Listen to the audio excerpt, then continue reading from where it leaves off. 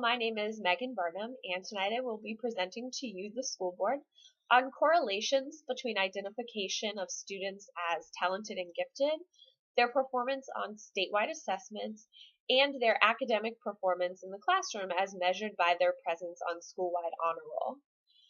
Recent educational research has shown that a student's self-concept or self-control has higher impact on their overall academic achievement than their actual intellectual quotient or IQ score does.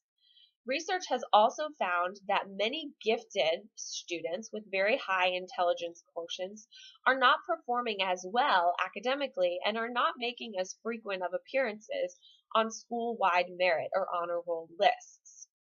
In other words, our highly achieving students are not necessarily equally represented on our honor roll lists as they necessarily should be. I currently teach at Beltsville Academy, which is one of our K-8 schools here in Prince George's County. We have 1,023 students currently enrolled at Beltsville Academy. Of these students, 95 are currently in our 8th grade year. 63% of those 8th grade students received free and reduced meals. 15 of those students received special education services. 11 of those students are ESOL, or English as Second Language learners, and 19 of those students have been identified as talented and gifted. When we look at the Maryland Schools Assessment, our statewide assessments performance of our current 8th graders, so they would have been in 7th grade at the time of their most recent assessment, there are 11 students that performed within the advanced range for both reading and math during that time frame.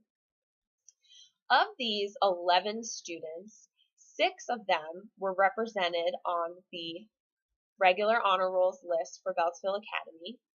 4 of them were represented on the principal's honor roll list, and only 1 of them was not represented on either of the honor roll lists.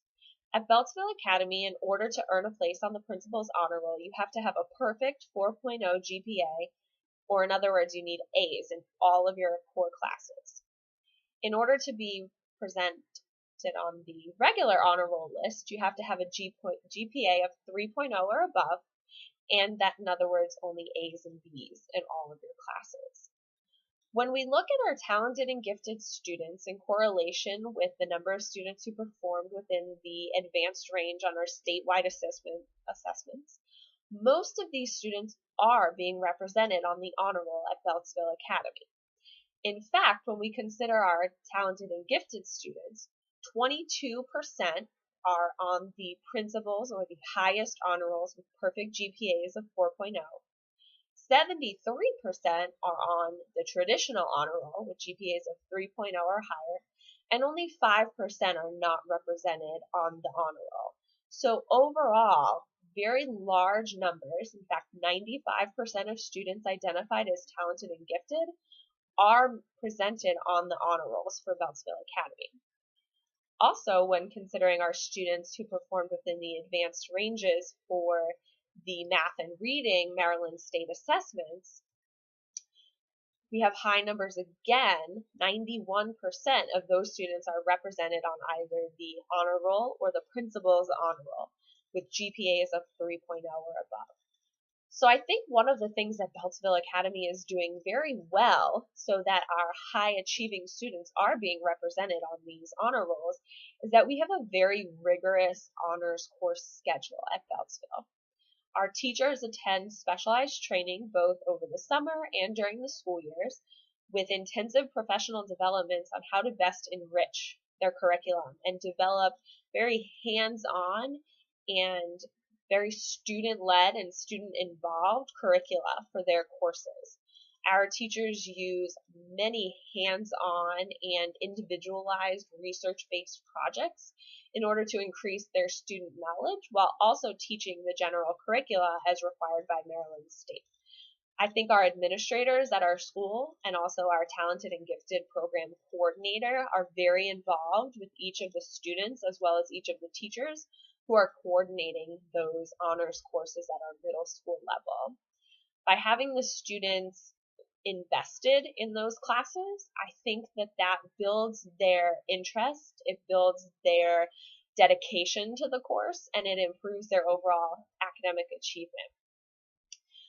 One additional suggestion that I would have for Beltsville Academy and for schools as a whole is additional character education with a particular focus on self-control skills and also organizational skills. Through working with a number of our talented and gifted students, many struggle with executive functioning skills, so they may be completing a large number of their assignments, but sometimes don't necessarily hand those assignments in to their teachers due to organizational challenges.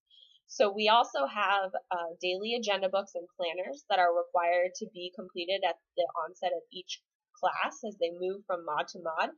And this really helps our students keep track of the assignments that they're expected to be completing.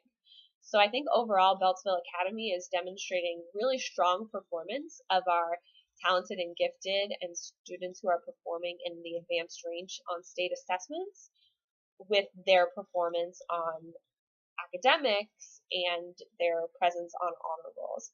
So our research that I have completed for Beltsville Academy would not necessarily correlate with the research having been completed in previous schools that was showing that students with high intelligence quotients were not performing high academically in the classroom. It's quite the opposite, in fact, at Beltsville Academy.